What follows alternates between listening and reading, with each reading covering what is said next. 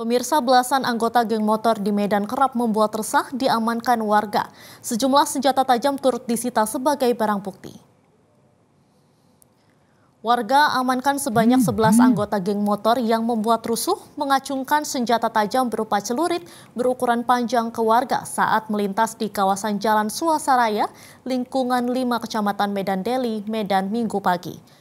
Kawanan geng motor yang diamankan merupakan para remaja yang masih duduk di bangku sekolah, telah meresahkan warga dengan aksinya berkonvoi yang kerap muncul pada malam hari maupun saat akhir pekan libur sekolah.